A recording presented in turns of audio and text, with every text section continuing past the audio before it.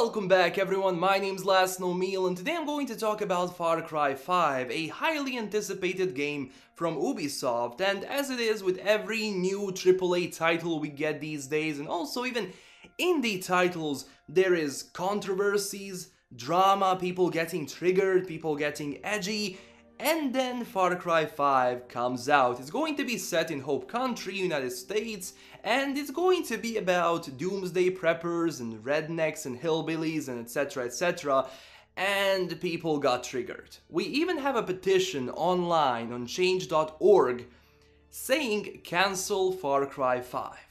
Yes, I'm going to leave a link down below so you can check it out, and that's going to be a sole purpose of this video, to talk about Far Cry 5 and why we got so edgy these days. Like, whenever we get a new game and it has a certain kind of a setting or a certain kind of a story, we get triggered because it's anti-Muslim, it's anti-Christian, it's anti-American, it's I don't know, something.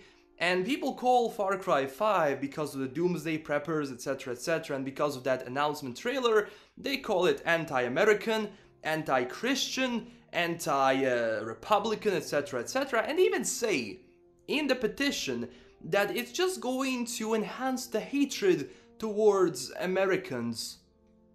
Am I going to hate United States after playing this game? No, I won't. And I'm a European, so does this get me triggered? No, it doesn't, and I believe for a majority of people who think rationally, it's not going to get them triggered, because there is no reason, because again, I talked about it in my previous videos. Video games, same as movies, TV series, anime, etc, is a work of fiction. And people like this that make petitions to just cancel something or to silence something, that is very wrong, because every developer in the world, same as every director, every writer, every graphic artist, whatever, has a right to tell a story, to create a setting and create something which he wants to create. Same with Ubisoft, because Ubisoft has been very bold with Far Cry. Remember Far Cry Primal? Whoo, that was I remember when that thing was announced, that was a very bold move. Setting a Far Cry game that had guns and bazookas and vehicles into Stone Age, into this era with no automatic weapons, no pistols, you have bows and spears, that was a bold move. And it wasn't a bad game, honestly, it wasn't a bad game, it was an okay game. But still, I enjoy that they're making those kind of moves with their video games, because it's something fresh. It was something we didn't get used to so much. And now with Far Cry 5, they're moving it into United States, and people get triggered. I'm not saying all of people, but some people get triggered. That is going to provoke hatred, that it's just going to strengthen hatred towards Americans and shit, which is honestly not true.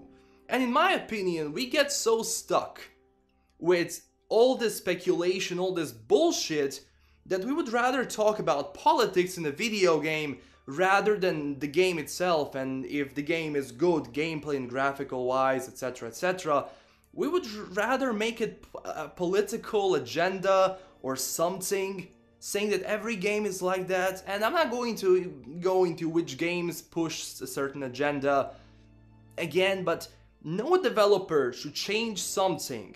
Again, of course, if it's genocide, it's stuff, yeah, that's wrong, but no developer should change their idea of a video game just because some people get triggered on a certain topic. But although video games, same as movies, are here to entertain us, video games can be such an amazing satire of a certain society, of a whole society in general. I mean, if you look at GTA 5, for example, that entire game, you know, besides the main story and everything, involved this satire of our community. I mean, you can take selfies in that video game. You can literally go, pick up your phone, and take a selfie. And a bunch of other stories that were involved in GTA 5. It's a satire. It's a very honest and a very well done satire. And I believe people got triggered for that as well. Like, that game condones violence, etc, etc. God damn it. And now we go back to Far Cry 5. Yes, again, it's a bold move to set a Far Cry game into a setting like that. And people again start speculating, where is the National Guard? Where is the army? Where is police? Where is that kind of stuff? Yes, I know, it doesn't make sense in real life, but this is not real life. This is a video game set in a fictional world. Same as with Ghost Recon Wildlands. Because Bolivian government did not like that Ghost Recon Wildlands was showing the country in that way. Again, it's maybe depicting some real events, inspired by some things, but it's a work of fiction. It doesn't mean that Bolivia is like that. So Far Cry 5 being set in Hope Country with doomsday preppers and hillbillies and rednecks and that kind of stuff, and I don't mean in an insulting way, honestly for me could mean that the game is going to be fun. I don't know yet because I didn't play it, but I don't pay too much attention to is it triggering someone when I play that game, because again, it's a work of fiction, and if the game is good, if I enjoy it, if it's fun, then I'm going to play it. But in the past couple of years, we became so edgy, we became so, I don't even know, and this video could get some dislikes. Again, that's my opinion, and I will always stand behind my opinion, saying that no, this game is not condoning anti-Americanism, if that's a word, or anti-Republican, or is being anti-Christian or whatever. And even in the petition they say like, why not change a setting to Islam, to something else, to terrorism, because terrorism is a big deal today. I would maybe love to see a game that tackles those problems, but even then, people would get triggered. And it's a very sensitive topic to talk about today, you know, because Islam and terrorism, and you know, again, I'm being political here for a very stupid reason, because I'm talking about a video game. We should never involve those things so much in a video game. It's a video game, for God's sake. Let's not make everything political. So now again, I'm going to link you this petition down below if you want to check it out. It's stupid, it's unnecessary, and at the end of the day, if you don't want to play this, don't play this game. Simple as that. Now, some people also say that a new Far Cry game is definitely not something they used to play. It's definitely something different, which, you know, true. Far Cry has evolved a lot, and in my opinion, it wasn't a bad evolution.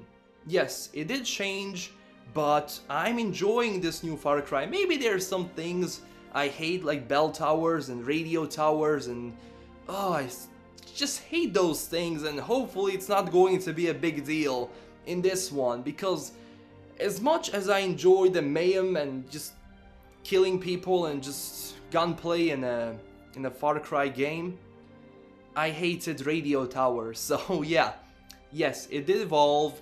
It's maybe not dealing with actual problems like Far Cry 2 did in Africa, but still, what people should say, hey, maybe it's like that in Africa these days. Maybe it is, maybe it's not. Yes, African continent is dealing with those problems, but they're just a work of fiction, and they're trying to be a satirical representation of our society, and we shouldn't get triggered so easily. So that's my opinion on the new Far Cry game. Hopefully I'm not going to make another video about Far Cry like this. I'm just going to talk about the game itself and not these stupid political things which I don't want to discuss when it comes to video games. But the sheer stupidity of this petition is insane. God damn it, I'm not going to start hating United States or Christians or whatever because of it. No, I won't.